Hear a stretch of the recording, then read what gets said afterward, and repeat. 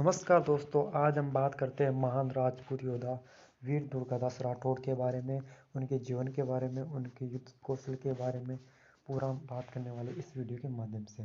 दुर्गादास राठौड़ का जन्म 13 अगस्त 1638 को मारवाड़ के सालवा गांव में होता। उनका एक राजपूत परिवार में जन्म होता।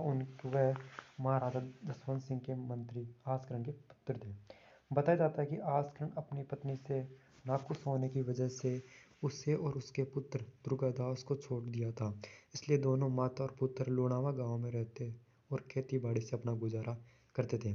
शिवाजी और शेर खां की बाती दुर्गादास का प्रारंभिक जीवन आरंभ हुआ। शिवाजी की माँ की बाती दुर्गादास की माँ ने भी उसमें मारवाड़ और उसके राजवंश के प्रति भक्ति की भावना दिखाई। फिर वह दुर्गादास राठौड़ महाराजा जसवंत सिंह की सेवा में चले गए। मारवाड़ के जसवंत सिंह राठौड़ के किले को दौला ढूंढ कहा, जिस पर छप्पर का भाव बताया। इस अपमानजनक बात को सुनकर दुर्गादास ने रायके को मार दिया। जब इसकी सूचना महाराजा को पड़ी तो उन्होंने उसे बहुत शाबाशी दी। महाराजा ने आसकरण से उसके लड़के के संबंध में पूछा। उसने उसे अपने लड़का स्वीकार करने से इनकार कर दिया। यह कहती है कि कुपुत्र को पुत्र नहीं मानते, परंतु जब जसवंत सिंह ने दुर्गादास को पास बुलाया और उसने अपराध स्वीकार कर लिया, उसके मानने को कारण भी स्पष्ट किया। वीर दुर्गादास राठौड़ के नेतृत्व में मारवाड़ की सेना ने अपने शत्रुओं से कई युद्ध जीते। वह एक शानदार रणनीतिकार थे और उनकी सैन्य रणनीति बेजोड़ थी। वो अपने सैनिकों के प्रति अपनी दया और करुणा के लिए भी जाने जाते थे। उन्होंने उन्हें परिवार की तरह माना और यह सुनिश्चित किया कि उनकी अच्छी तरह से देखभाल की जाए। औरंगजेब ने षड्यंत्र पूर्वक जसवंत सिंह को अफगानिस्तान में पठान विद्रोह से लड़ने के लिए भेज दिया।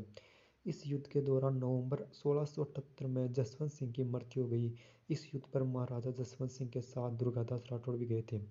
जसवंत सिंह का कोई पुत्र नहीं था। औरंगजेब इसी मौके का फायदा उठाकर अजमेर पर शासन करना चाहता था।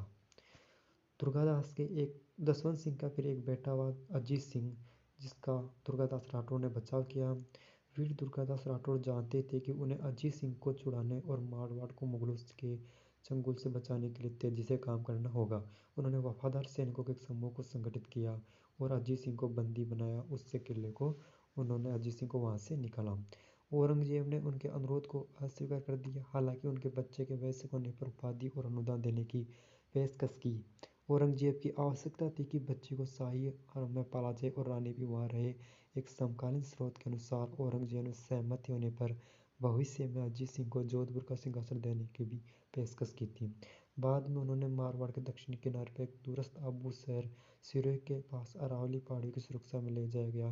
परंतु जब चारों ओर मुगल थानों की निकटता देखी तो दुर्गादास ने महाराणा राज सिंह से प्रार्थना की कि उसको अपनी शरण में ले। महाराणा ने स्वीकार कर लिया।